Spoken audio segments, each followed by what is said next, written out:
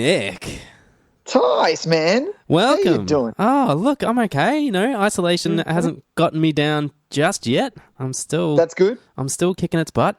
That's good. We're, up to episode number 134 of Nic, Tys and Videotape. 34. That's pretty exciting stuff. And we've got a hell of an episode for today. We do. Well, like you said, Tys, we're doing like the quintessential classics now, man. Like, this is insane. All killer, no filler.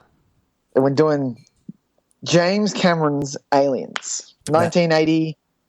Oh, shit, 86? 1980, 86? God, I didn't write this down. 86 or 87? No, it's 86, yeah. 86. Indeed, we are, Nick. And I'm going to say, look, in case anyone read the episode notes from last week, I made a huge mistake. There was no way we were going to be able to have a good conversation about Shawshank Redemption. What was I thinking? Why not?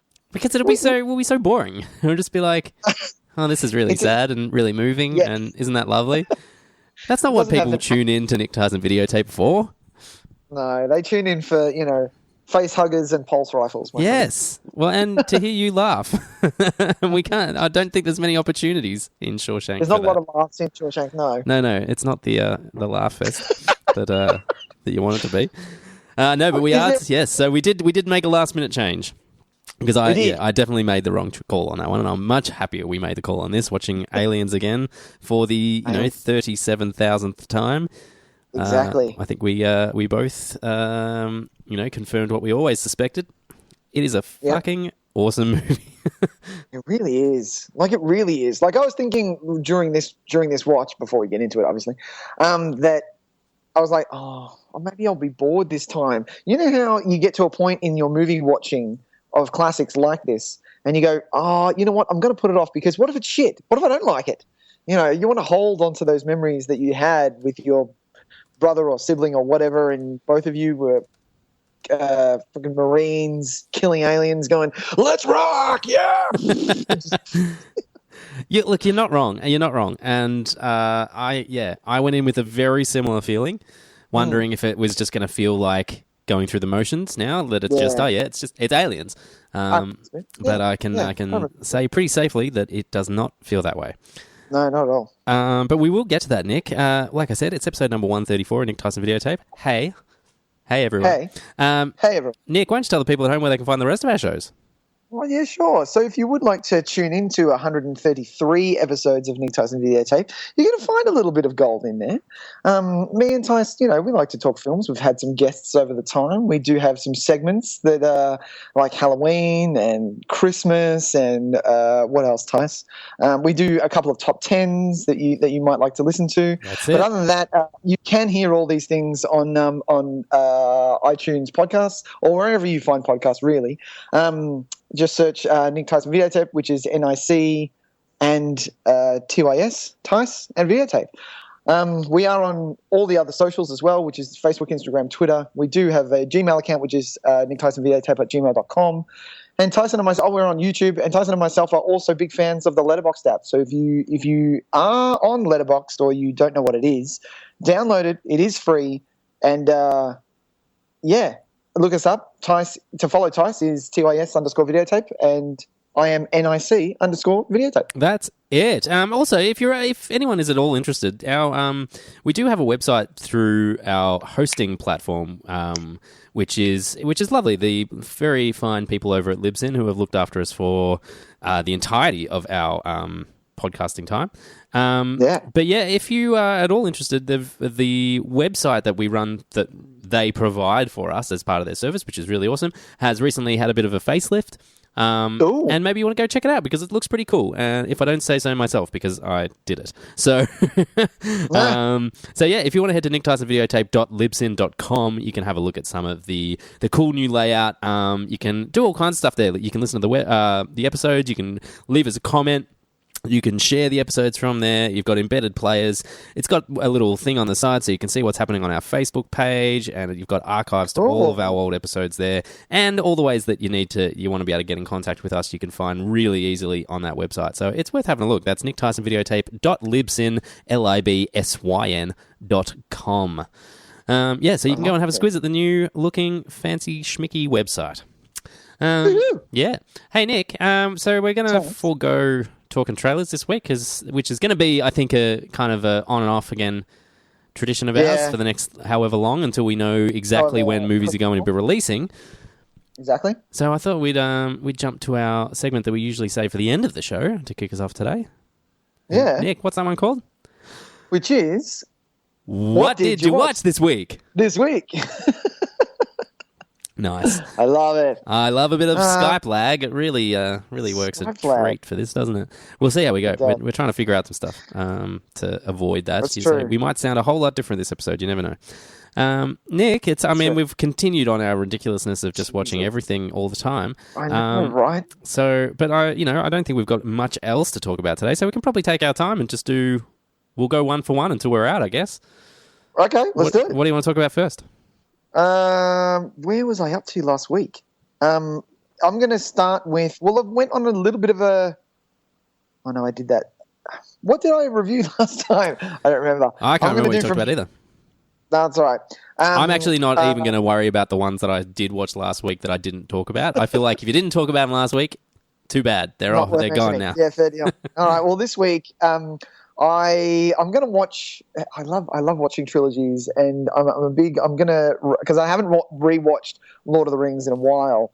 So, but one of my favorite trilogies is the Planet of the Apes, the new ones. Oh, so yes. I rewatched Rise of the Planet of the Apes, which is actually it's so good, and it's just a good film, but it's the first time that. Seeing the magic that motion capture can bring to a film, and where we were at a standard, because that was 2011. So I remember watching the trailer for that movie, and what really hooked me, and it was really just a look that Caesar gives. He's in the prison, and he just moves his eyes and looks at something, and I thought it was so haunting. And so amazing, because it was just an ape just looking, and you couldn't tell the difference.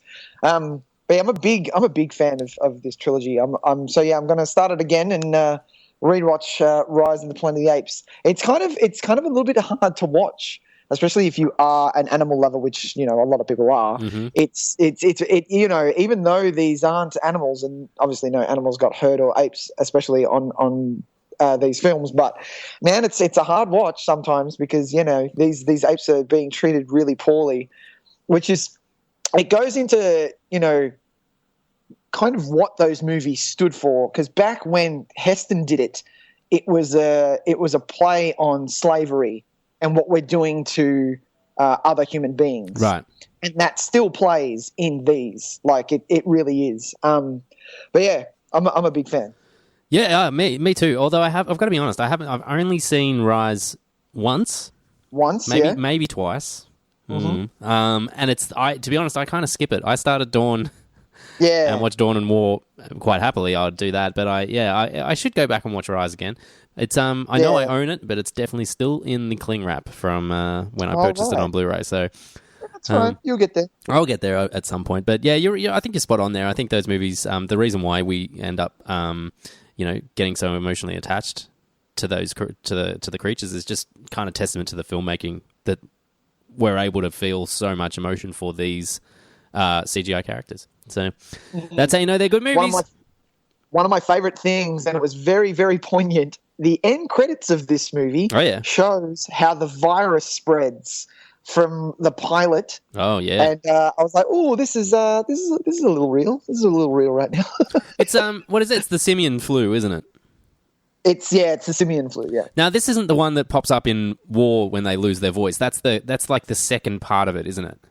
No, that's I've only watched War once. Because all the humans start having that thing where they kind of regress, like they lose their ability to speak, and their brain functions go a bit funny.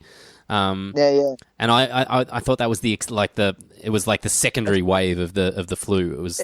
It's kind of what it's mutated into. Yeah. So what are the symptoms of just the simian flu in the first one? The simian flu was that you got really ill, and the way that you knew that you had it is when you sneezed blood.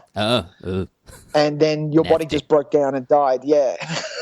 And then so he it's a beautiful scene where one of the scientists or one of the testers in the end when he comes over to James Franco's house. He sneezes on his neighbor, and blood just goes everywhere, and you're just like, oh, that's bad. You've caught something. You've caught something. Yeah, that's nasty. Yeah. Yeah, well, I mean, I'm trying to stay away from those kind of movies, to be honest. And no, man, I'm all for it. What's the Contagion? What is it? Contagion? It's not for me. It's not for me. I'm going to talk about two together because I rewatched the old Jack Ryan movies from the 90s, Patriot Games and Clear and Present Danger. Oh, how was that? Really fun, man. Really, really great.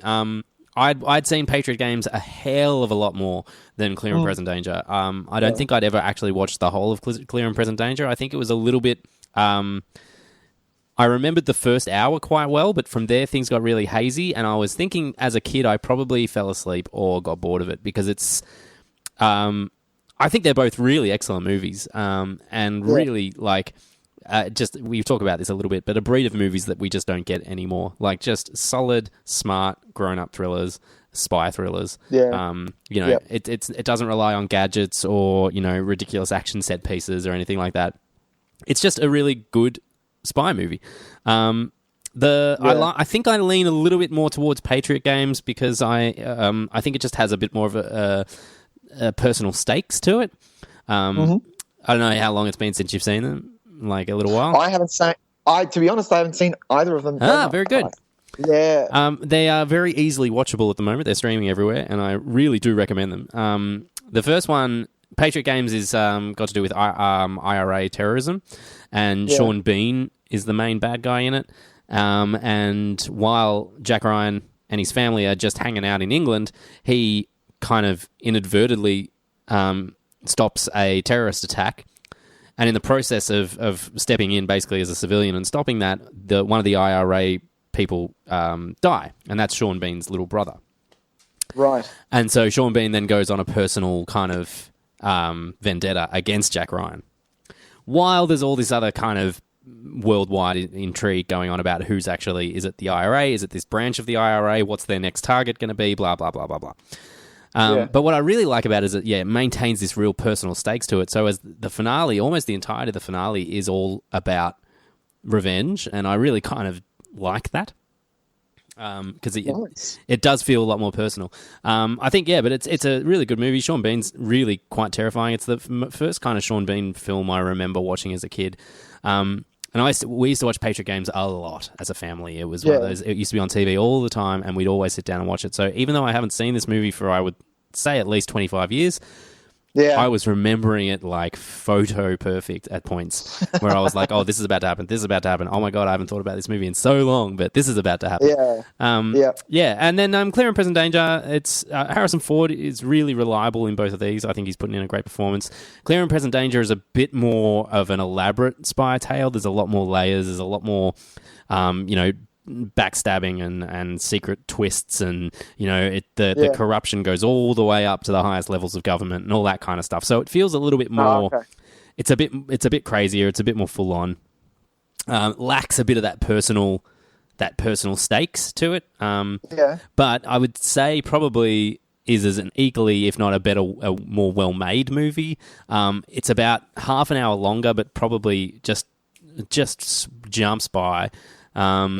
And the finale is pretty epic as well. It's a really kind of solid action sequence, and you get a really great supporting performance from Willem Dafoe in Clear and Present Danger as well. Right. So I guess the most I can say, they're just really solid, like 4-star movies, both of them. Kind of reminded me of good adult filmmaking from the 90s, really. Yeah, it was great. Yeah, which very rarely happens anymore. No, just that real solid. Yeah, that was a solid movie, and I'd nary a bit of CGI monster to be seen. It makes a difference. What else you got, Nick? Mine is actually quite in line with that. Speaking of adult movies that are just all dialogue and script based, I watched 2015 Spotlight again, I'm a big fan of this movie. I like this movie. It's a slow burn, and it's not a great topic to talk about, but as adults we have to consider these things. Well, it's very topical as of today, Nicholas.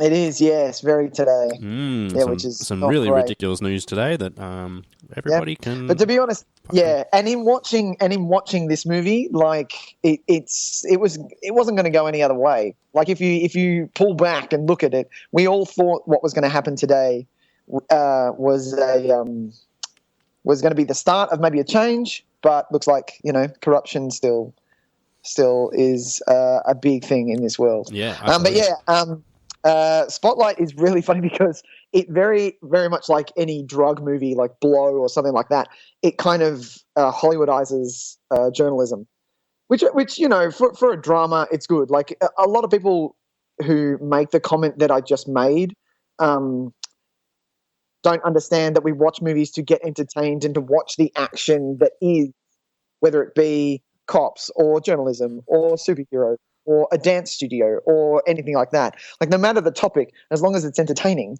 that's why we want to watch these things. So yeah, I'm a big fan of Spotlight. I think it's great. All right. Well, next, what else did I watch? I'll talk briefly about. I rewatched The Golden Child from 1986. Eddie Murphy. Yeah.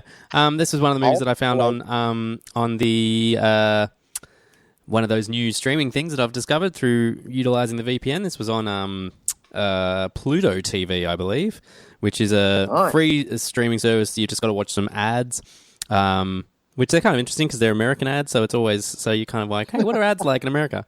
And they're pretty much the same as ours. But they have more celebrities in them, if anything else. Golden Child was an interesting experience. So I don't know if I think I used to be a fan of it as a kid. I think I was a big fan of it. I don't know. How did you feel about it, Nick? Yeah, it was always fun. I watched it maybe 2 or 3 times when I was a kid. It was always something fun. Yeah, and I think But was it? Well, I don't know. It's a really strange movie. It's kind of like it still has this sense of fun to it, and Eddie Murphy is having a good time, but it's also ridiculously silly, like dumb, silly as well at the same time. Like it's structurally, it's really not at all well thought out, and like plot threads just kind of disappear amongst Eddie Murphy's kind of mugging improv stuff, and some of it feels like some of it feels scripted jokes, and then others really feel like it was just him having a play. I don't know. It's a weird mishmash. You can see that they're trying to do. It feels really similar to Big Trouble in Little China, but nowhere near as polished and well thought out. Okay. When you have a character like a performance like Eddie Murphy's, surrounded by all this stuff, this weird, Asian mysticism, it just doesn't really all gel together really well. Having said that, there's still like stuff to enjoy. I do really like the Eddie Murphy performance, and I did laugh a few times, but it was a funny movie, and I remember enjoying it a lot more, but I think as a kid you just don't care about that kind of stuff. You're just like, oh yeah, whatever, this happened. Yeah, cool. That was awesome. Exactly. Yeah. That's it. Turned into a big dragon monster. Who cares? The next bit. Oh, I can't wait for the... Yeah, exactly. Yeah. And whereas this time I was a little bit, I was a bit kind of more aware of the its very strange balancing act of tone, which I don't think it pulls off entirely. But, it's not terrible by any stretch, and it was fun to rewatch it. One of those ones from very long time ago that I used to watch a lot, and now, definitely it's been at least, same thing, about 20, 25 years since I've seen it, so it was quite interesting. Yeah. What else you got, Nick? Cool. I went on a little bit of a dark binge. So I watched Martha, Marcy, May, Marlene, 2011. If you haven't watched it, it's about a lady who is played by Elizabeth Olsen. It was her first kind of breakthrough role, and she gets away from a cult. And she's just dealing with that. But I'm not going to talk about that because that would be boring. It was a good movie by all means. And it has our man Hawks, John Hawks Watch. What? Oh, yes. Love it, a John Hawks Watch. We haven't done that for a while. And he's the leader of the cult, which is actually quite good. But I don't want to talk about that. Well, so because of that, I wanted to watch Gone Baby Gone, which is 2007, about Casey Affleck plays a private detective who is hired to find this girl, and it's in Boston, and it has to do with a lot of people. It makes the town. The reason why I watched this, though, because I hadn't seen it in ages and I love the movie. After watching this movie, for those who have seen Gone Baby Gone, after watching this movie, for starters, it's a great one to discuss after. What would you do if, for those of you who have seen it, Tys, have you seen it? Which one, man? The Gone Baby Gone? No, sorry, I have not. No, you haven't. Okay. So there's a nice big moral question at the end of the movie. Right. And it's a good thing to discuss. Oh, yeah. I'm obviously not going to say it now for those of you that haven't seen it. But the biggest takeaway for me for Gone Baby Gone was the fact that Ben Affleck should stay behind the camera. He is a great director. He really is. I don't mind him as an actor. I can take him or leave him. Doesn't really matter to me. But as a director, even with this being his first major, he was really good. Really, really good. So you see a lot of it's such a good detective movie, not in the whodunit, right, but more watching Casey Affleck's character go through the motions of what he has to do. So it's one of those good drama movies. I don't know. I was on a binge, Tys. There was no special effects, well, apart from Rise of the Planet of the Apes, which was the most special effects ever. But yes, exactly. But Spotlight, Martha, Marcy, May, Marlene, and Gone Baby Gone. Yeah, and they're all really depressing too, man. So I've gone dark. I've gone full dark. It's time to. I think you know what I think you need. I think you need some Hurricane Heist just on Stan. Okay. Definitely. That'll get you out of your funk for sure. What else you got, Tys? I'm just going to talk about one more, and it was a movie I hadn't really heard about, except it got mentioned occasionally on some other podcasts that I really like, and as a very strange kind of, very unexpected movie experience, and it's a movie called Miracle Mile from 1988. Yeah, and it's a really strange movie. It's got in it is Anthony Edwards, is it from like ER and stuff like that? Yeah, is that Anthony Edwards? Oh, yes, Anthony Edwards and Mayor Winningham from who was previous episode St. Elmo's Fire. And Anthony Edwards, isn't that Goose? Yeah, it's Goose. Oh, of course it is Goose. Yeah, there you go. Fucking Goose.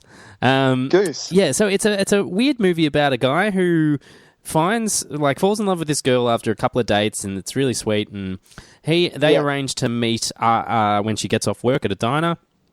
And there's a blackout, and so his alarm doesn't go off because she didn't finish work till like 1 a.m. or something. So he slept through till about 3 o'clock. He rocks up at the diner. She's already gone home. He's bummed out. While he's hanging at the diner, he tries to use the phone to call her.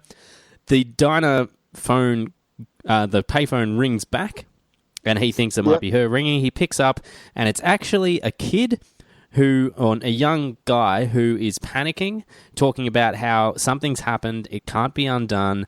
They're on their way. It's all over, man. It's the end of it. Tell my dad I'm really sorry. And he's like, sorry, what? What are you talking about? Is this for real? And so he hangs up the phone and basically goes back into the thing and says, I just had this guy tell me this stuff. And then it starts this weird, like, snowball effect of paranoia. And people wondering, is this for real, or was it a weird practical joke that he just got caught up in? Like, are we expecting some kind of actual like end of world event? Because he says you've got about an hour, basically. Right. And so Anthony Edwards is kind of stuck now, wondering if he's overreacting, if he's underreacting. So he basically just goes, okay, I'm going to go get Mayor Winningham, the girl that works at the cafe, and we're going to find our way to safety. And it goes from there. And it was a very strange movie. It's kind of funny at times. It's kind of depressing at times. It's very intensely confronting at times. Really unexpected experience. I can't say I loved it, but I definitely didn't see where it was going, and found especially the last half an hour or so really incredibly affecting. Right. Even if up to that point, I think I was kind of checking in and out a bit. Really strange movie experience, and I saw that on Pluto TV as well. So if anyone's interested, it's you'll never see a movie like it.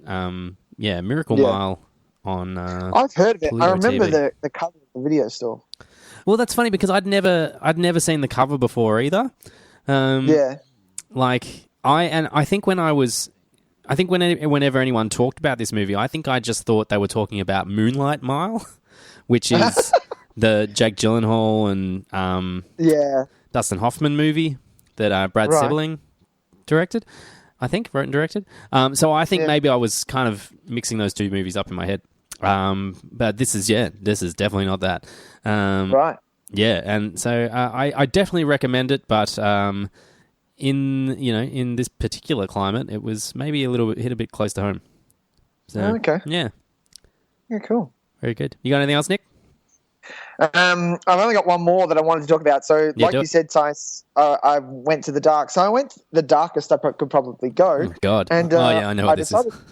I decided to watch Requiem for a Dream. Yeah, you did. God, you're just a fun-loving... Yeah, you're having the best time in ISO, aren't you? So the reason that I'm watching all the dark movies is because when I'm not watching those movies, I have a 2.5-year-old who is we're playing cars, we're watching Wheels on the Bus, we're watching cartoons. I've watched Ice Age, in and out of Ice Age, probably about 60 times. Nice. That raccoon or whatever he is. Yeah. But yeah, so which was awesome. Nick, can you just go, Nick? Sorry, man. Can you just go from when you were talking about you've walked in on Ice Age? Oh, I've just got some connection issues. Oh, it says poor connection. Yeah, sure. Want to try again? Yeah, just from the Ice Age conversation. So I've got the light on the other side because of Clark. So when I'm not watching dark movies, I'm babysitting my little man. We're looking after him, and I'm watching Ice Age on and off. Like I've watched it about 60, 70 times now. Nice. Which is hilarious. Yeah. Is that thing a raccoon? What is that thing that's trying to chase the... No, it's a sloth. No. You're talking about the little skirt thing? Yeah, that's trying to get the acorn. Is it a squirrel? Squirrel? It's a squirrel. It's like a prehistoric squirrel. Yeah, it's a prehistoric squirrel. Yeah, that's what it is. Yeah. Experts in our field, we are. Exactly, totally. But yeah, I'm watching Requiem and looking at all the things that came after, like because it was Aronofsky, it was the introduction to the world with Darren Aronofsky and his kind of thing. Yes, he did do Pi before that, but this was the big one. And Requiem was up for Oscars, man. Like I can't believe Alan Bernstein lost to I had to look it up. It was to Erin Brockovich. But I felt that she was I mean Julia Roberts was kind of the force to be reckoned with that year. There was no stopping her. But that Ellen Bernstein performance, I remember it being fairly like really really affecting. It's been a long time since I've watched that movie though. So yeah, but it's a hard. It is a hard watch, and it's like you're saying. I think that movie kind of borders on like grief porn kind of thing for me, where it's just like. And what reason am I watching this for? Like, it's so depressing that it's like, unless I want to put myself in that frame of mind, I don't really see a purpose to watching it anymore. Yeah, I just enjoy it. A lot of people say that, like, it came across that Aronofsky was trying to be edgy just for edgy's sake. I don't see it as a point of that. I see it as like it was he was using film as an art form almost, like, you know what I mean? And drugs were the theme. Like he could have done it on anything. Like you can kind of say the same for his last one, which was Mother.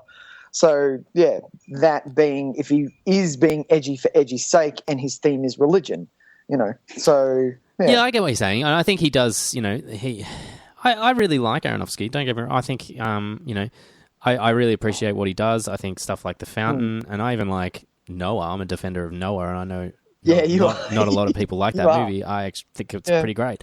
So I get where people are coming from, but I don't see him as like a one-trick pony kind of style guy, where it's just like I don't think he's going in for shock value or to show off his skill to be, fancy. I think he just chooses certain ways to tell stories that are, a little bit more in your face and a little bit more kind of trying to get under your skin a bit. Yeah. I would very much question a person who has watched this more than 20 times. That's probably a bit full on. I don't know what you could possibly get out of that. Yeah, I just don't know. But, yeah. If anything, the only thing you'd be getting out of it is numbing yourself to how full on the film is. Like, he rides it right up into the end.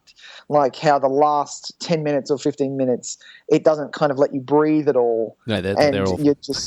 It's just all one on top of the other, just really, really horrible things that are being done to these people. But yeah, that's it. I literally haven't watched this movie since probably 2002. But yeah, I'd be about the same. I've seen it probably just the one time, and I watched it maybe a little bit too young because it was what year did it come out? 2000. 2000, yeah. Okay, so I was of age to see it. I would have been 19 or 20 when I first watched it. It's a bit. But yeah, very confronting, and especially when you were kind of like early days of movie watching, because yes, I'd seen like a lot of, fun movies, and I was obviously really into, crime thrillers and action movies and all that kind of stuff, but it wasn't until I got to the video store that I kind of started to expand out to dark dramas and things like that as well. Yeah. So yeah, picking that up off on the shelf while I was working at the video store and being like, oh yeah, I've heard this movie's like messed up. Yeah, everyone's got to watch it. It's messed up. And then seeing like just how far that pushes you, it really was quite an interesting experience. Yeah. Yeah, that's it. Very good. Well, I think we should move on to our feature prez then, Nick. Yeah, Tys, let's talk some aliens, Let's man. do it.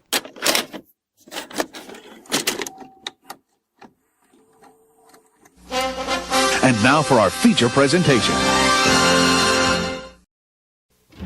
Just tell me one thing, Burke. You're going out there to destroy them, right? Not to study, not to bring back, but to wipe them out. That's the plan. All right, people, on the ready line. Are you me? Yeah! Are you me? Yeah! Are you? Get on the ready line, Marine! Get something to die! Get on the ready line!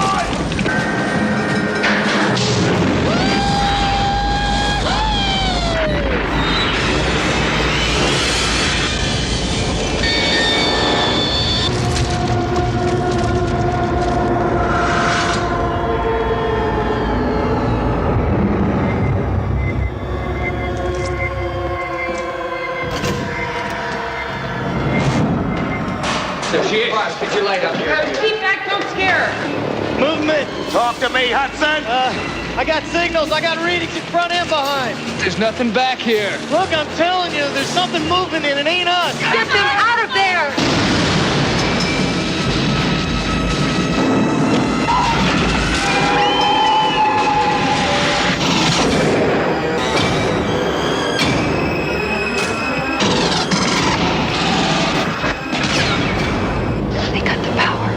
How could they cut the power, man? They're animals. There's movement all over the place! 5 meters, man. 4.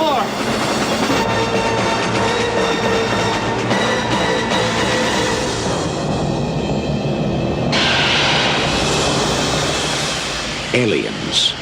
This time, it's war. All right, Nicholas. Tyson. So just to remind the folks at home, we have talked about Alien before. The first movie in this franchise. That was episode number 55, if you want to go and find our discussion of Alien. I like it. Yeah, then you can have a good good look at what we talked about then, because we liked Alien a lot. Who doesn't? Well, I was one of my... I was relatively new to Alien. Oh, what? Yeah, we talked about that because it was one that I'd frequently ignored because I usually choose this one. If I'm going to watch an Alien movie, I was always like, oh, should I watch Alien or Aliens? And the answer was always Aliens, yeah. Always, without fail. And that was the way that's the way it's always going to go because I love this movie so much, Yeah, Nicholas. man. Oh, how good is it? And it's not just like nostalgic value. It is actually like a spot-on movie. Like, it is so good. I agree. I think when we did kind of talk a little bit about this earlier or before recording, that Really, yeah. That it wouldn't. We thought it might not have played as well, and it totally does. It holds up in every way. It's if anything, I'm finding new things that I really like about it. I'm just it's becoming a real. I've got to kind of think about this and go this movie and say, you know what, I've got to make sure that I don't ever forget this movie when it comes to this discussions of my favorite movies. I maybe overlook this movie. And also flawless movies. There is like you kind of, it's going to be hard to find a flaw in this. I guess that's the point of us doing these classic movies. But it's very hard for me to find a flaw. There are maybe two things that I didn't like, but then again, I watched the special edition. Tys, which did you watch? I also watched the special edition. Yeah, special edition. Okay, cool. Yeah, so I haven't watched the theatrical version probably since the first time I saw it. Yeah, right. Same. Yeah, I'd be really interested to go watch it again, to be honest. But in my mind, I know this is silly, but why would you choose to only watch 2 hours of Aliens when you can watch 2.5 hours of Aliens? Yeah, 100%. I just there is probably two things that I wasn't not fully on board for. They were fine, but if they could have been chopped, it probably would have been better. Okay, sure. That's probably better. Yeah, but apart from that, like it's flawless, Tyson. Like seriously, man. What's the runtime of this version of the theatrical version? I can't find. See, this is where Letterboxd falls down a little bit. Well, I thought because Letterboxd. Sorry, I'll get okay, so yeah. I thought because the special edition came out in 1990, not 80. So the special edition's been around for quite a long time. I thought it wasn't until that DVD set came out. Yeah, no, since the 90s. It got released in the 90s and only in video stores. It wasn't a movie release. How interesting. Yeah. So it's about an extra 15 to 20 minutes between the theatrical and the director's cut. Or not director's cut, but the special edition. Is this special edition like sanctioned by Jim Cameron? Jim Cameron. I know him. So, James Cameron? Yeah. Oh, Jim Cameron. Jim. Hey, Jim. My mate Jim. How you doing? Can you loan me $50? You're good. You know I'm good for it. Yeah. I went and saw fucking Avatar. I should have $50. Yeah, that's it. You owe me money for that shit. You owe me money.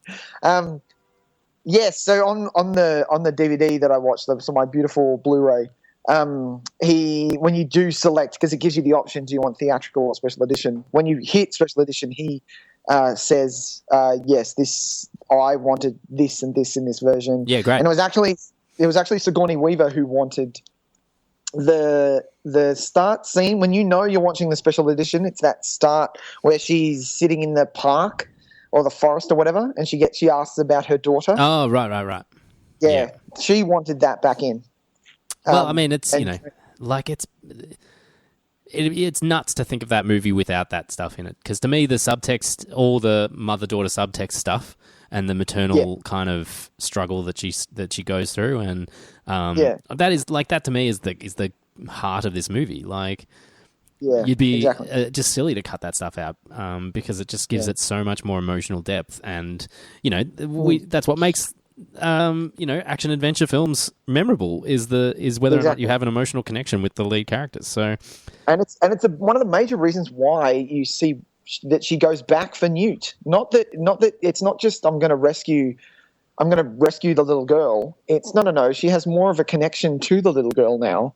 So, of course, she's going to go and risk everything to go and rescue her. No, that's it, because she feels like it's clear that they feel like that they have this kind of, they've been thrust together, that her parents have been taken away, her daughter was taken away from her. They have this second chance at building a family together, or, they need each other in that certain way. And so, it makes total sense that she goes back to her for that, and really, really, in extreme circumstances, goes back for her.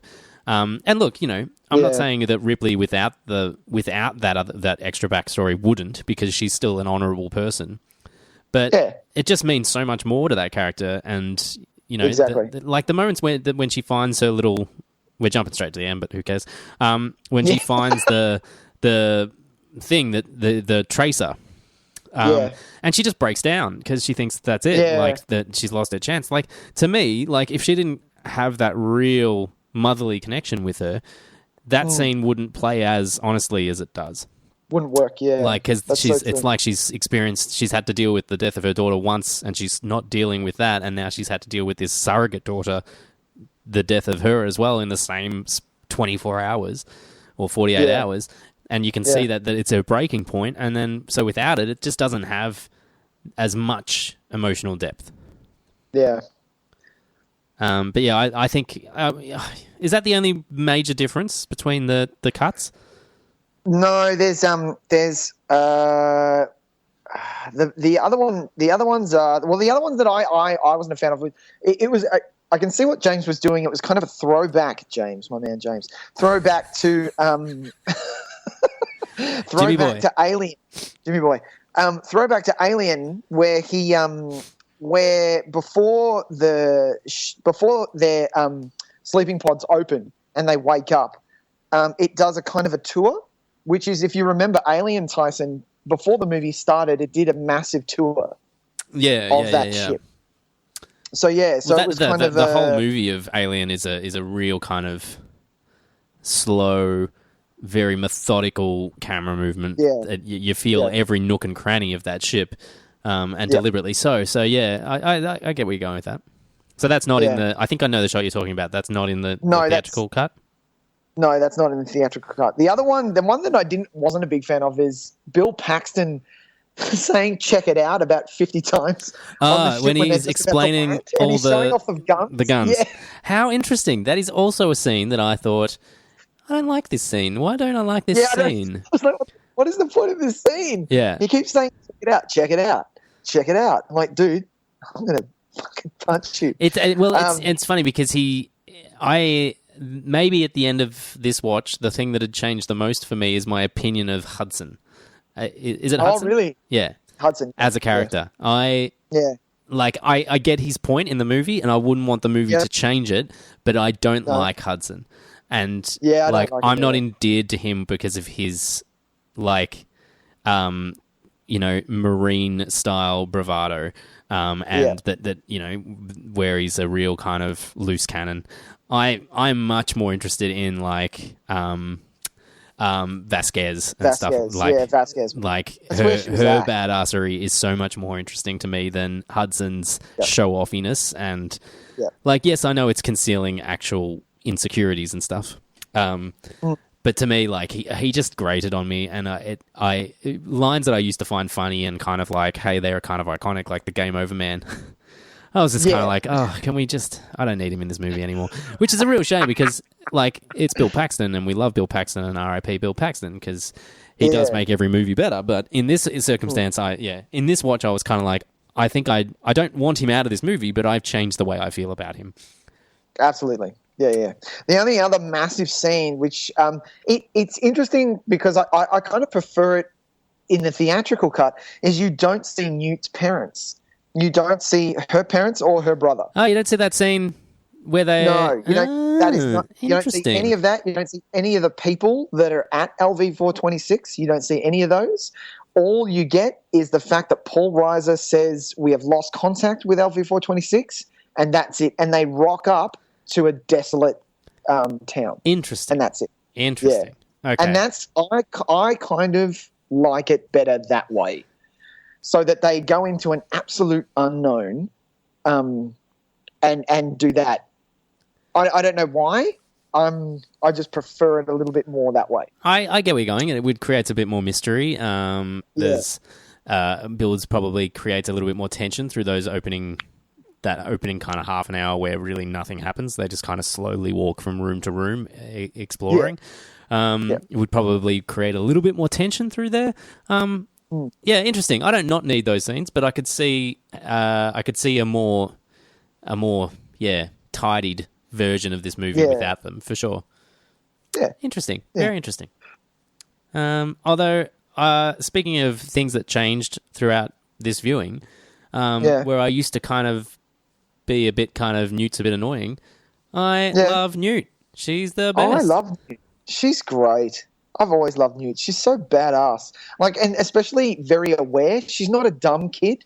You know how those, you'll have those dumb kids in movies. How you like, what the fuck is the kid's name in the Walking Dead series that everyone just got pissed off? Oh, Carl. Yeah, Carl. Everyone was like, can Carl just fucking die?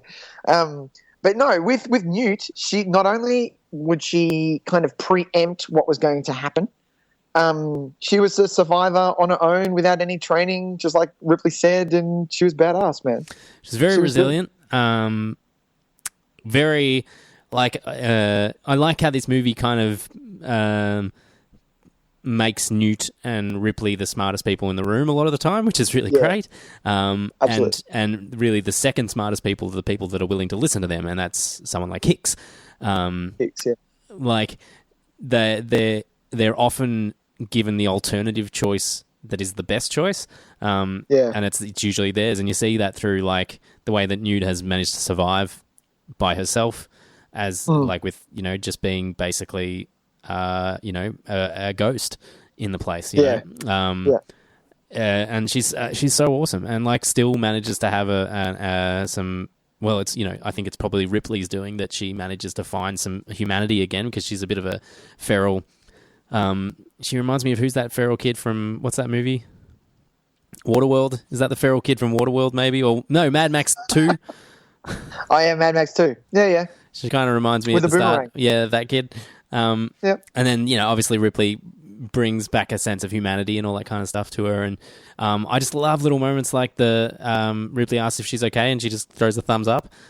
Thumbs up, man. So good. And she's got a massive army hat on. Yeah, and I love it when she's got an army helmet on. And she salutes.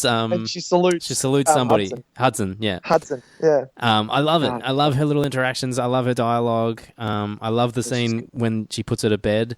I think it's just so sweet and lovely. It's awesome. It's very cool. It's very cool. One thing that I did get out of this watch, which I realized it's a constant throughout the entire series, is that, and you get it at the start, and you get it a little bit more in the special edition. Actually, is the Alien series deals with so much bureaucratic red tape that they have to. It's always about the corporation. It's always about what they want to do. Yeah. It's not like they don't believe what Ripley says at all. They don't believe it, and you can tell by that room and how long they've been in there, and the fact that she gets demoted in the special edition. Like, God, that was good. And she just sits there and takes it, and then they didn't even humor her. Go, okay, well, how about we send down people to have a look at what you said? No. They don't say anything. They just say, no, you destroyed a really expensive ship, and we don't believe in what you're saying, throughout. And then later on, with probably one of the biggest pieces of shit in cinema, Paul Reiser's character. Oh, yes. What's his name? Burke. Carter Burke, yeah. Like the fact that his plan, like when Ripley says it, was to impregnate her and Newt with the alien, and then jettison the other bodies of the other people so he can make up his own story. That's messed up, man. Like, that's really... Yeah. I would have shot him right then and there. Well, why did they shoot him? I love how this movie slowly reveals Burke to be to the limits of his, like, absolute assholeness. Because... once you know the movie, obviously, you rewatch those earlier scenes with a very different kind of angle on those conversations that he has. But he's really amazingly manipulative, even from the beginning. But you don't really notice it too much because they do give him moments of humanity. Like, I really like how when Ripley calls on the video phone, his first response isn't like a frustration about what time it is or that. Why is she calling me? His first reaction is, "Are you okay?" Like, and so that's a nice human moment that they give him. Yeah. But they're really clever in the conversation he has with her about trying to get her back to go on the thing, and how he kind of digs into her about her demotion, and how he's pretending to be her friend, and we almost buy it, except for his weird little moments of manipulation that I think if you saw this movie the first time, you might not pick up on. No. You might actually believe he's probably a nice guy. It's on the second watch that you really see that he's been an asshole all along. Yeah. Because you know sometimes they build characters out of this, and it's the situation they're in that bring out the worst in them. Yeah, no, he was like this all along. He's been like this the whole time. We just don't see it as clearly because he's so clever at manipulating people for his own gain. A nice piece of that puzzle was when she corners him by herself before my favourite scene where he lets loose the face huggers, where he corners her and says, I read the log, and it said that you sent them there. You sent that family there without telling them anything of whatever was going to happen. Yeah. So he knew flat out what was going to happen. Like, seriously, there was no chance that wouldn't happen. Well, he's essentially set it up from the beginning. He's just like, if you know, he's the one that's believed her the whole time and he wants them for the company. He wants so he's willing to sacrifice all these lives and do these. Yeah, it was funny because when I was watching it this time, I forgot that he deliberately sent that family there. Yeah. And I was watching that scene and I was like, man, this is really convenient that she's just woken up right at the time that they also discover the aliens on the planet. I was like, and in my head I was like, it's convenient, but I'll let it fly. And then as it went on, I was like, oh yeah, no, he set it up. No. That's great. This is tight as a drum, this thing. Massive prick. Yep. So, and that's the thing, it is tight as a drum. Like, it's so good. Oh, do you know what? I was trying to think of things because when we did Indiana Jones, I didn't write Last Crusade. I didn't write down any, not chinks in the armor, but just little things that may have changed it for me just a touch. Sure. In this, because it is such a build-up to the Marines coming in, like this time, it even says on the poster, like, this is war. They're going in, they've got all the weapons, they've got absolutely everything. They're going in to literally just kick ass.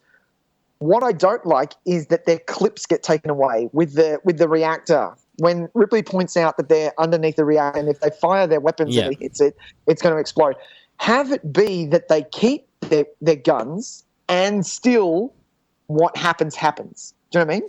So rather... Yeah, I don't think it really mattered in the end, did it? All it did was... Because all it meant was they were limited in what they...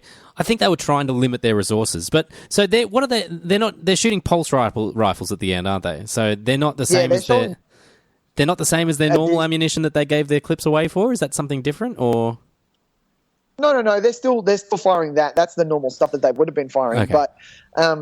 But yeah, like it would have been for me more prevalent to what the alien is, what the xenomorph is capable of, if they had been Marines, kept all their weapons, been ready to go, and still got the shit kicked out of them. Yeah, I see where you're coming from.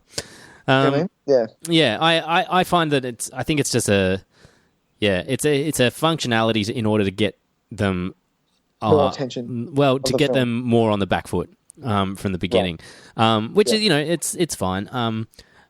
If I get what you're saying though, like it'll be. I think there is value in seeing them at full strength still get destroyed. Yeah, exactly. Especially if you want to but it's that same question you ask: what's going to be a more effective way of promoting the fear of the character? Is it seeing these people maybe disadvantaged for some reason, or at full strength and still show the force? Like, both ways you get a result. But so I see what you're saying for sure. Yeah. My thing is kind of similar. I think that this movie, as much as I've seen it quite a few times, I don't ever want it to become like a twice a year watch, because I just don't think that first hour 10, hour 15 is going to hold your attention if you saw it a couple of weeks earlier. Because once I find when they get to the planet until the actual, when the action really starts, it's a real, it's like a Planet Earth episode. You know what I mean? Really? It's not that it's not good, but it is slow, and it's working really hard to hold your attention, to keep your attention, to keep you there and keep you on the edge of your seat. And I think if you become way too familiar with that, it won't have the same effect. Because I still watch it and forget exactly when the alien attack happens. Oh, really? Because I don't watch this. I'll probably leave 3 or 4 years between watches, 2 or 3 years Yeah, between yeah. watches. Yeah. So when I haven't seen. Yeah. yeah, so when if you became too familiar, I think that because it's so slow and deliberate, and they're like looking at corners of the room, and just there's little like footsteps through, and nothing happens for a good half an hour. That could, I reckon, you might lose some people if you're too familiar with that, or it might lessen the experience. Especially in those start scenes with her in the hospital, kind of just recuperating. One of my favourite scenes, I don't know why, is her just sitting there with the cigarette burning, like, to the fact that she hasn't taken a drag, and it's just burnt to the point where it's almost at her fingers. And she's just sitting there, and she's just like, she's not coping, basically. That's a classic film trope, isn't it? The cigarette burned down to the nub because you're so disturbed by your thoughts you can't even take a drag. But like you said, if you watch this too much, you're gonna not care about that scene. You'll be like, oh yeah, I remember that. Yeah, that bit. Cool, Cool. Cool. Yeah. Having said that, there are moments in this movie that I could watch every day for the rest of my life and never get sick of. Let rock! Yeah, seriously. And look, to be honest, it's probably about the whole last hour of this movie. Like, if I could allocate an hour of my day just to watch the last hour of Aliens every day, I'd be pretty cool with that, I reckon. I'm fine with that. I'm fine with that. Yeah, I think I'd be quite fine with that, because once... I think to me, it's after the first attack. It's the first attack is good, but it's when they are fully aware of what they're dealing with. The other transporter's crashed, they're stuck, and it becomes a real kind of... It's the conversation Hicks has about, okay, so it's going to take 17 days before anyone really notices that we're gone and sends out any kind of rescue. This is what we're dealing with. We've got this much ammo, this much stuff, blah, blah, blah. From that point on, to me, this movie is flawless. And I just can't get enough of it. God, it's so good. So good. Yeah. Can we talk about Hicks for a second? Yeah, please. I think Hicks, aside from Ripley, because Ripley is the best, Hicks is one of my favourite film characters, I reckon. Like, oh, really? It's like when we were talking about this, I think we talked about it a little bit during our Terminator episode. How Michael Biehn is not like a superstar blows my mind. Right. Blows my mind. Was he a superstar in the 80s and we just missed it? But aside from this and Terminator, I think you'd struggle to name, like, regular people would struggle to name other films that he was in. The only one that SEALs. He's in Planet Terror. I know that. Yep. He's in Tombstone. Yep. But he's playing, like, in Tombstone, he's like the second bad guy. And I mean, like, but that's kind of where he was at that point. I fucking love his character in Tombstone. Yeah, is it Rico? Scary. Yeah, Rico. He is scary. Yeah, and like when he and Val Kilmer have their shootout, it's like one of the greatest moments in cinema history, and I absolutely adore it. Yeah. I may have been. What was that? I may have exaggerated my how bad I was, or whatever he says. Daisy, if you did. That's the I'm your Huckleberry. He is good. He is good, and he's so he doesn't have a lot of screen time. Like, he has a bit, but I'm talking about at the start. But we trust him straight away because he does hold that authority. Like, you completely know that he is second in charge. When Apol dies, like... But is that because... See, I want to believe that, but I also think that we go into that and we notice more of the beginning because we know where it ends up. Yeah, I would be really interested to see someone that has not seen this movie before. I doubt that there are people like that. We can find some. We can find some. Rachel has not seen Aliens. She watched the last 20 minutes or so with me and was like, "This is disgusting and gross." And I was like, "I think you really like it." Just come in the last 20 minutes. Yeah, it was just how it worked out. But she was definitely interested from what she heard from just the audio as well. She was like, "Does Newt make it?" I'm like, "Yes, Newt makes it. It's okay." But yeah, so there are people out there that haven't seen it. But I would, and also that don't have a huge familiarity with Michael Biehn. So people that aren't huge like 80s action fans, I would let them watch like the first half an hour up to just before they arrive on the planet, and just say, of all the Marines, who do you think is going to be like important ones, and see what they say. Because I think they do a really good job of hiding him until he comes to the forefront. I think you have to be paying attention to see what you're talking about. When I was a kid, I always thought that Drake was going to be a little bit more of a thing. Drake is sort of the couple with Vasquez. Oh, the blonde guy. The massive dude, yeah. The sister from Shawshank. That's how Yeah, I'll always remember the him. sister from Shawshank. Head sister. Yeah. So, yeah, I always thought that he was going to be more of a thing. Yeah, me too. I think I'd got it confused in my head that I thought him and Vasquez were the ones that were in the tunnel at the end detonating the thing. I forgot that it was the supervisor guy. Yeah. Gorman. That's it. Who is, we'll get back to Hicks in a second, but that's like, it just shows the maturity of the writing of these characters. Like, we have, in so many other movies, a ragtag bunch of Marines, right? You wouldn't know anything about them by the end of the movie, especially ones that died slightly earlier, but they all make such an impact. I'd say, aside from maybe one or two, who cop it in that very first battle very early.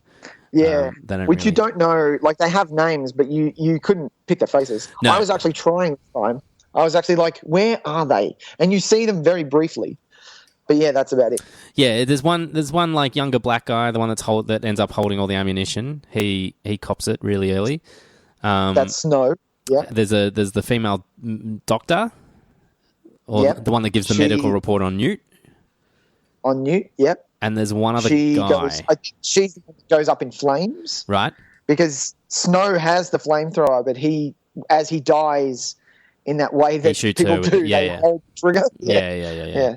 And is there one other guy that dies in that as well? One other... There's actually two. Oh.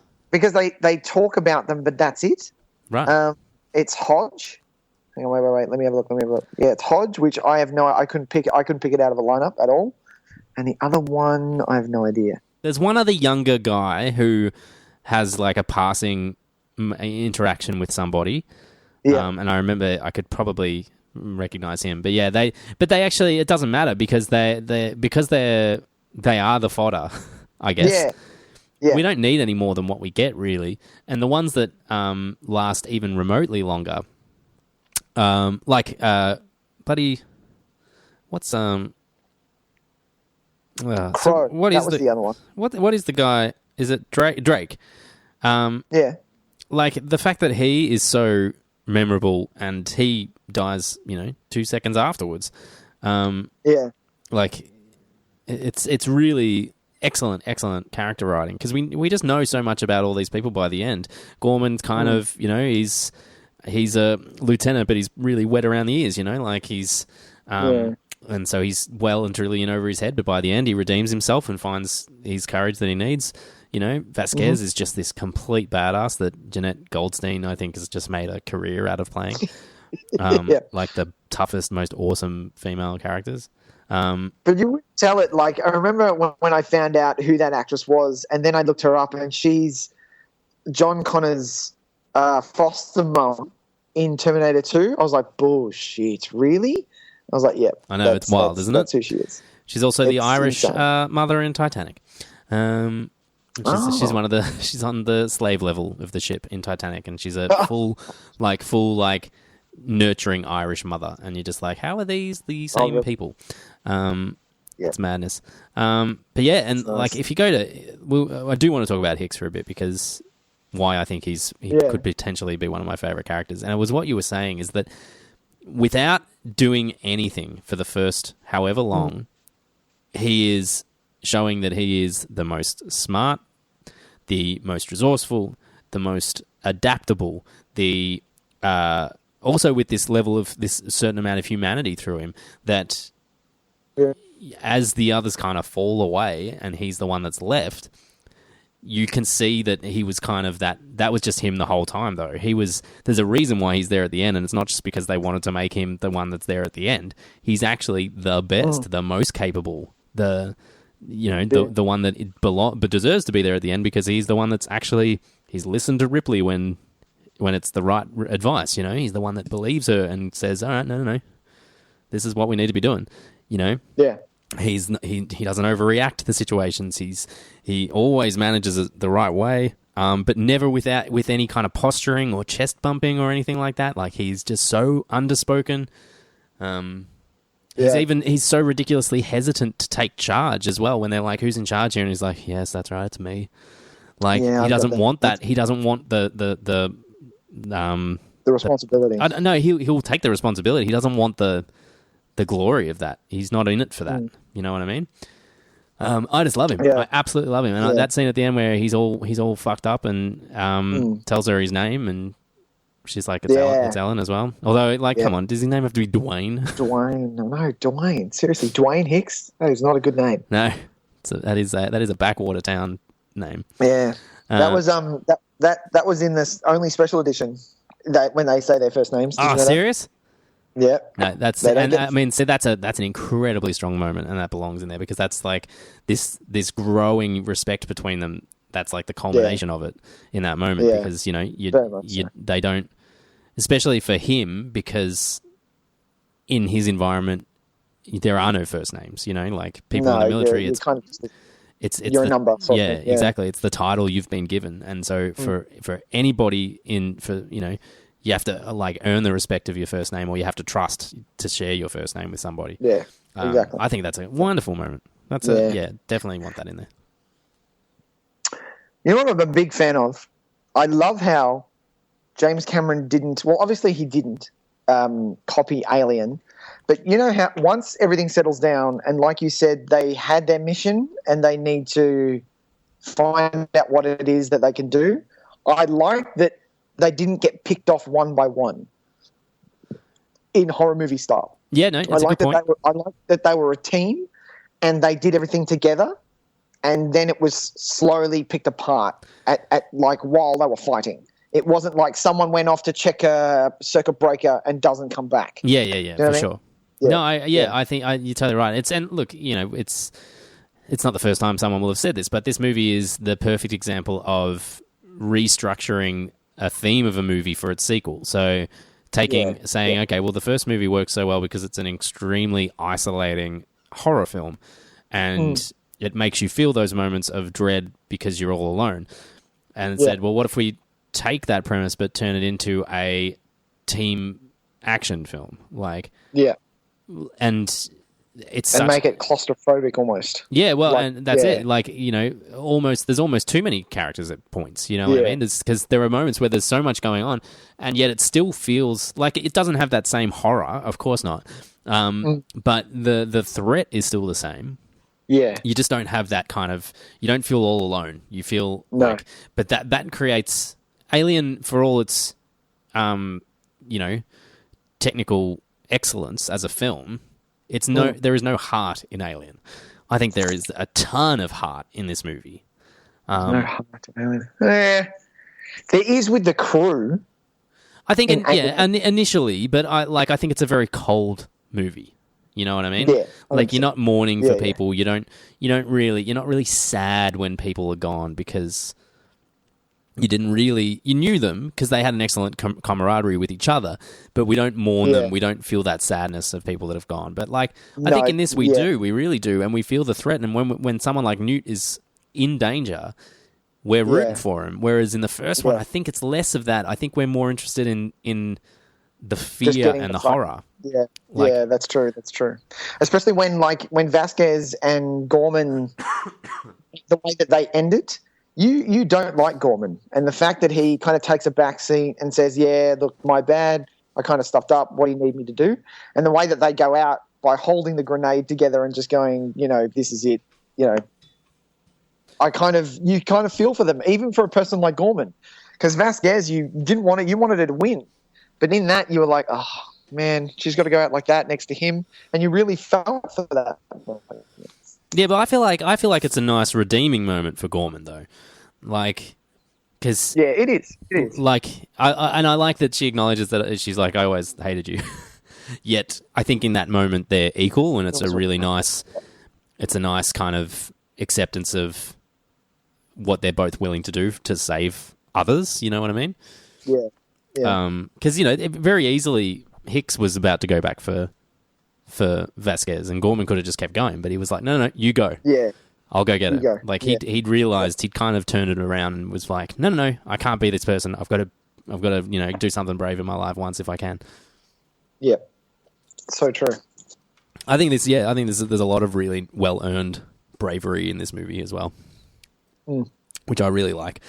None of which is topped by Ripley's decision to go back for Newt, which leads us into like our final kind of act of the film, or final. It's kind of like a fourth act really, because the movie kind of ends and then it could end. It's just a long. No, that start is the start of the third act. I reckon her going back.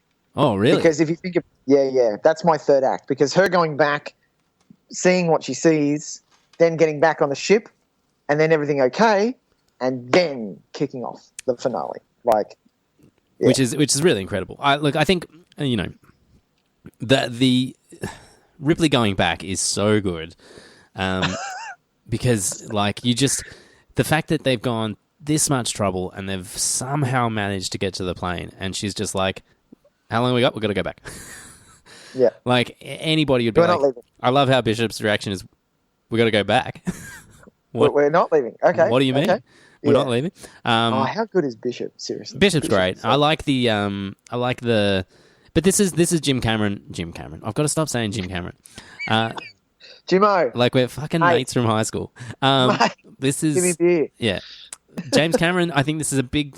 This is like a defining thing that you can point to about the two of them, is that Ridley Scott sees the opportunity in, or like, who wrote Alien? That would be Dan. Dan O'Bannon. Dan O'Bannon? Yeah. You're talking about original Alien? Yeah. He came up with the idea? Yeah, Dan O'Bannon. Yeah. So James Cameron wrote the screenplay for this one, didn't he? He did, yep. So Dan O'Bannon and Ridley Scott see an opportunity in their very cold and calculated movie to make one of the biggest threats of the film, the android. Yeah. The threat from within, right? Mm-hmm. James Cameron takes that and says, no, I'm going to flip that. I don't want there to be that cold, calculated threat from within. I want it to be that he's almost the bravest character, because he is willing to, he has he's the most reliable. He has no inherent humanity because he's an android, yet is still willing to do these things. And doesn't that make him more brave? You know what I mean? I think that sums them up as filmmakers. I've always wondered, why would they attack him? Like, if Bishop didn't go in the tunnel and just walked out there and to the satellite, would they attack him? It's a good point. Could they use with the android? Do they know that he's an android? They'd probably, maybe they. I wonder if they would, if he got, because in the first one doesn't, what's his name? It starts with A, because they have Ash. Ash, that's it. Does Ash get infected? Not infected. No. Incubated, whatever you call it. No. In one Ash of them, or in Prometheus or something, maybe does David get one of the eggs in him? I don't know. Anyway, I wonder if they don't see it as a hospitable environment, and so they wouldn't bother. Maybe. I don't think they actually consider the humans threats. I think they kind of see them simply as incubators for their own kind, and like an inconvenience. Yeah. Although I do like that's what I thought more in the first movie. I think maybe in this one they personalize it a little bit more. Like, I think everything about this movie feels more lived in as well, because even the alien creatures, you feel like you understand them a little bit better. Like, they feel like they have a clearer motivation, or have more personality, maybe, is what I'm trying to say. Yeah. Like, the first movie, the alien is so impenetrable. It's just this thing. It's just this cold thing. It's almost like a killing machine. Yeah. Like, they can't hurt it. They can't capture it. They can't do anything. Whereas this, and this goes into what I wanted to say at the end. But you get, because you get so many of them, it's almost that they're, I don't know, they're more of a hive than just the singular alien. Yeah, and I think maybe that gives them personality to a degree. Yeah. Because you get that great moment where Ripley threatens the Queen's eggs, and she tells the two to back off. Yeah. How good is that? It's such a great. All right, we'll talk about it. I love my favorite. So I had to write it down. So the third act is so well, is choreographed so well, especially with her leaving, her getting in the elevator, dropping down. And one of my favorite things is her just trying to find Newt, and then, like you said, breaks down, and then just with where they are and with the maze and how James Cameron has shot it, is that they don't realize, and she just. It pans back and she's surrounded by eggs, and she doesn't realize that she's so close in front of the Queen. Yeah, because the Queen is massive. And well, because they've got a great. They've always been designed this way to be very almost mechanical. Yeah, and they use that weird mix of mechanical and organic to be their camouflage, and so that they've always had that ability to just kind of disappear into the surroundings because they cocoon it off, and it all just looks like the wall, basically. Yeah, exactly. Which is why one of my favorite bits is when Snow gets killed. He's the first one to get killed when everyone dies in the first interaction with them. The alien is literally just there on the screen. It's just got its head down, and you don't realize until it jumps out and picks him up, and you're like, Jesus Christ. Oh, but yeah, like it's so good to just watch that over and over. That end scene. All those end scenes. Yeah, and look, we obviously know because we're attuned to it, but I would have loved to experience that relief of the escape the first time, because there are so many things that are working to make you think that is the grand finale of the film. Like, yeah, and it works, and it really does. It absolutely works as the finale, and you would believe it because there is a victory there. There's they've managed to, the Queen is in a position where it will be destroyed. And we get the amazing escape, and my favourite piece of music in this movie, and one of my favourite pieces of score. This score is so good, man. Yeah, yeah. I know what you're talking about. You're talking about when the reactor blows up. Yeah. Like it's... Yeah. So good. And it all goes silent, and then it explodes, and then there's the final chord, and you just think, wow, yeah, cool, what a fucking great movie that was, right? Yeah, I know, right? Yeah. And now we can all live happily ever after. Roll credits, and then all of a sudden, what the fuck? Yeah, exactly. Yeah. And it's just, it's like, it's shot so well, it's so disgusting, it's so in your face, confronting, that it would have been such a shock to see this, when Bishop just gets impaled and then ripped in half. Yeah. And it goes so slowly, not slow motion, but it goes so slowly that you're like, Jesus Christ. It shows you the whole thing happen. Like, it's just like, we're not cutting any corners here. It is a slow, painful, agonizing impalement. Yeah. And here it is. And hats off to Lance Henriksen, man. He sells that. Like, he sells it so well. I still think that the half of Lance Henriksen is probably one of the best practical effects I've ever seen. I honestly, pretty good. I don't know how they do it, man. Because when sometimes it's just like, oh, we just stuck the head out of the floor and here's the fake half, but you can kind of see the weird angle and it just doesn't quite work. I don't see any of that with this. It looks so real. It looks spot on. It does. Like, normally it's a head and the rest of the body is prosthetic, but that is him. That's his hands. Yeah. So you're like, where does he end? That's weird. I actually said that to myself twice in this watching. Like, how did they actually do that? I still don't know why. I still don't know how. The other one is the loader, the forklift loader that she's more than capable. Is that an actual thing? Clearly, I think it is. We would have them. I think it's real. We would have them by now. It looks like occasionally it sometimes looks a bit stop motiony. Depending on the angle that they've used. Like, I think sometimes it's a real thing, and then sometimes for very difficult angles or particular movement, I think it might be stop motion miniature. Right. But I think generally it's real, because what I was really impressed by this watch is just how clever they are with showing how much of the alien is in frame.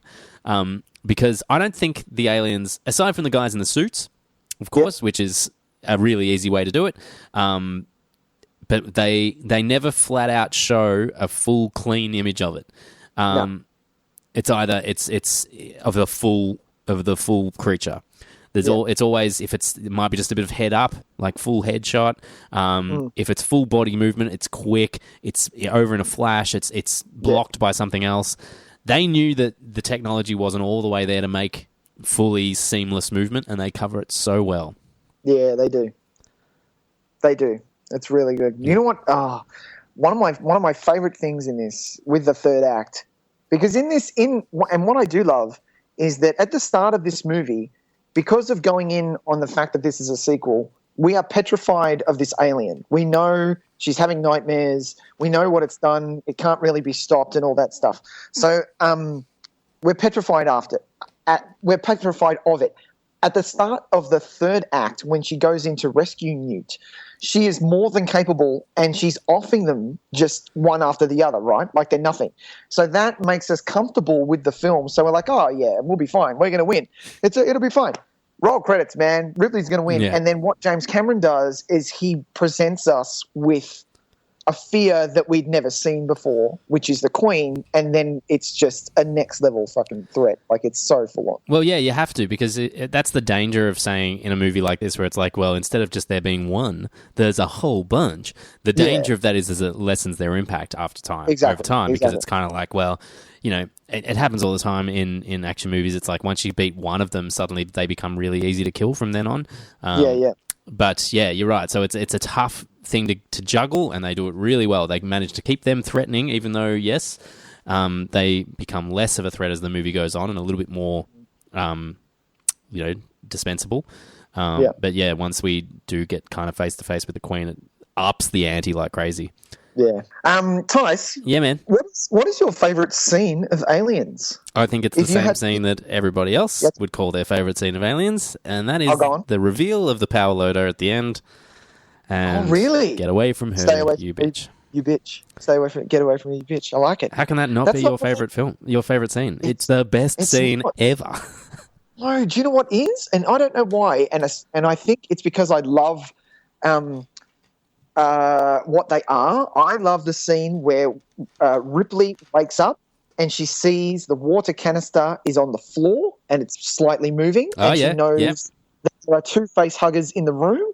And what they are about to, that whole bit, and how Burke switches off the camera and she lighters the fire thing. I just spilled my water. Oh no! It's my favorite, man. So good. No, okay, that's fair. It's a great scene. I can't argue with that for sure. I think personally for the impact. For me, and the kind of iconic.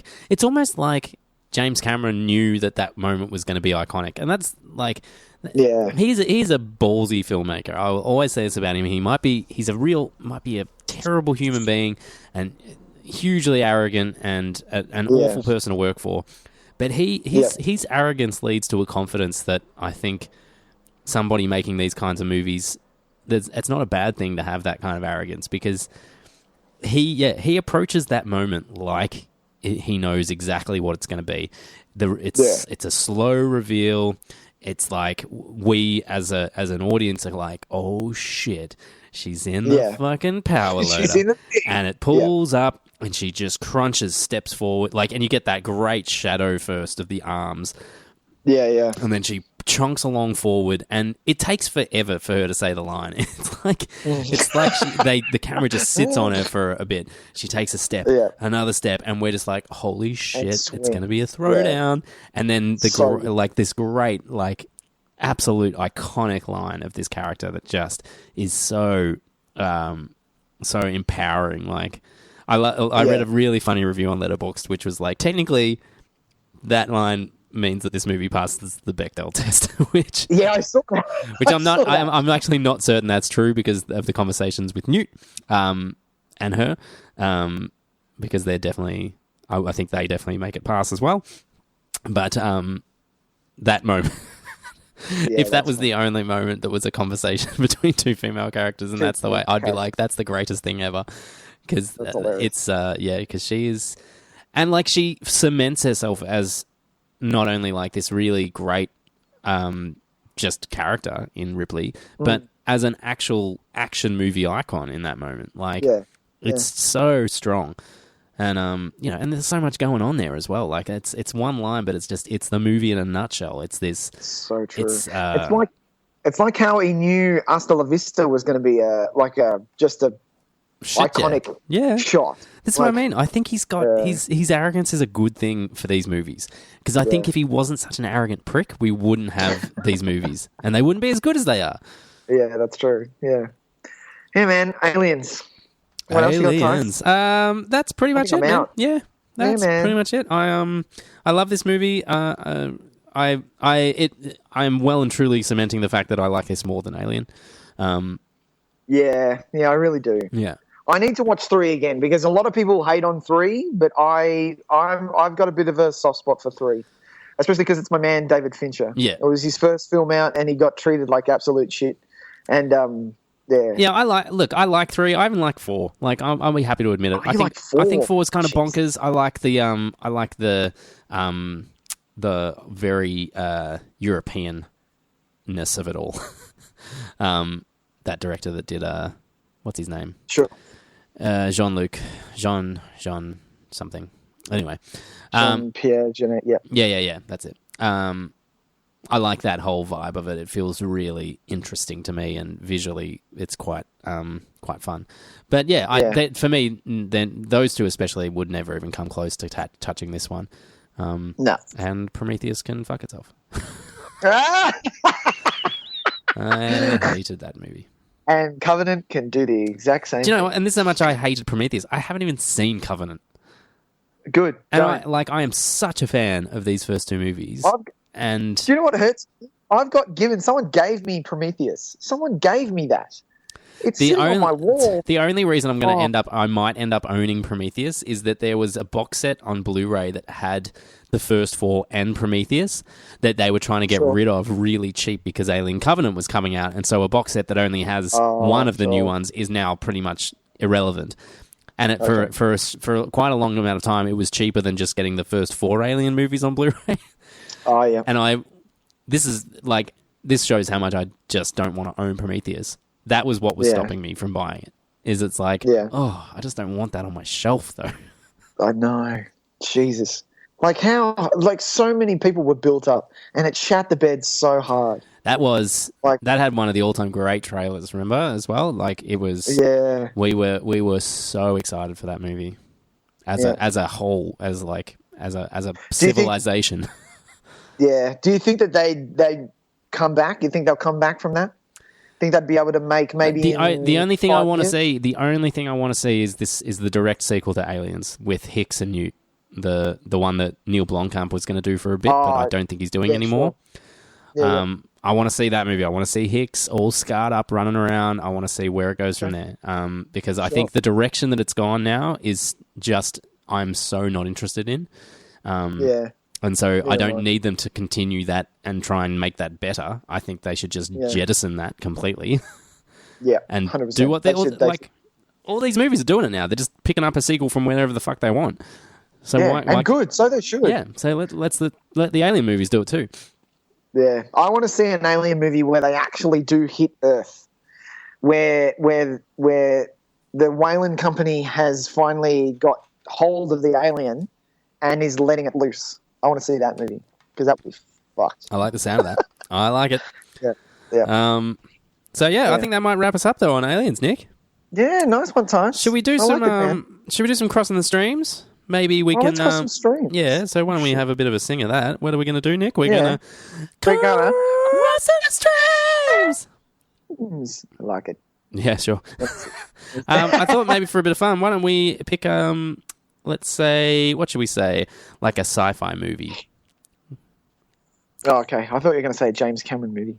I think we might have done that after Terminator. I think we might have recommended a James Cameron movie. Yeah, I've got a feeling we did. So why don't we make it a bit easier? Just a sci-fi movie. Just a sci-fi. I like it. This is the thing I say about James Cameron. I say the same thing about Stephen Sondheim. I feel like, why are you not making more films or more musicals? Yes. Like, if you are that talented, why aren't you creating more art? Just more, please. More things. I'm with you there. I'm 100% with you. And hopefully we're not too far off. Like, I mean, he's going to be stuck in Avatar world for a while. With a bit of luck, What an idiot.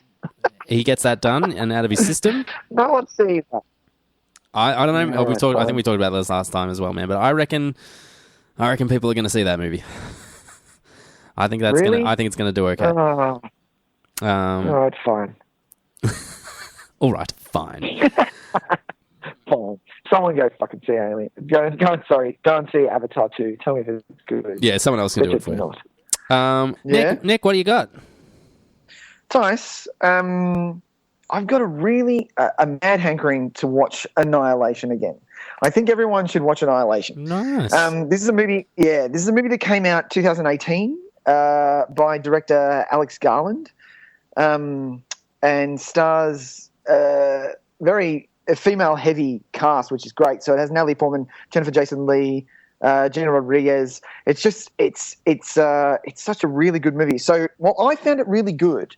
A lot of people were like, "Oh yeah, it was okay," but I really kind of liked where it was going. Absolutely loved it. Yeah. So Natalie Portman's husband vanishes during a mission. She's a biologist, and it's kind of there's a dome for some reason in a part of the country that when people go into it, they disappear. Now, she leads a female team into this dome to find out what has happened to the people that have been sent in there. And everything that is in the dome is really hard to explain what's happening.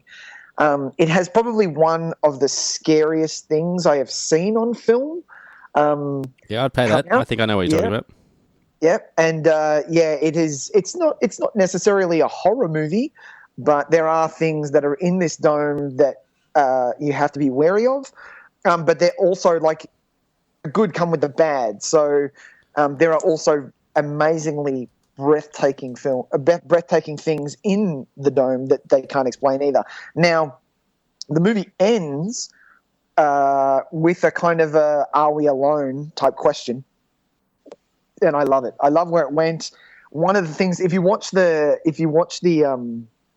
trailer, one of the things that got me into it was the score and the sound. I remember talking about this with you, Tyson. I think it was off air, and I was like, "There's a specific sound that I need to hear again that was in the trailer." And you were like, "Oh yeah, I know that. We can get that. We'll find that." And I did eventually. I found it on the soundtrack, and I play it every now and again. It's kind of a nice. It's very eerie soundtrack. But yeah, man, Annihilation. If you haven't seen it and you're looking for something a little bit of a different sci-fi, definitely give it a watch. Especially like you can't go wrong with Natalie Portman. I mean, Jesus.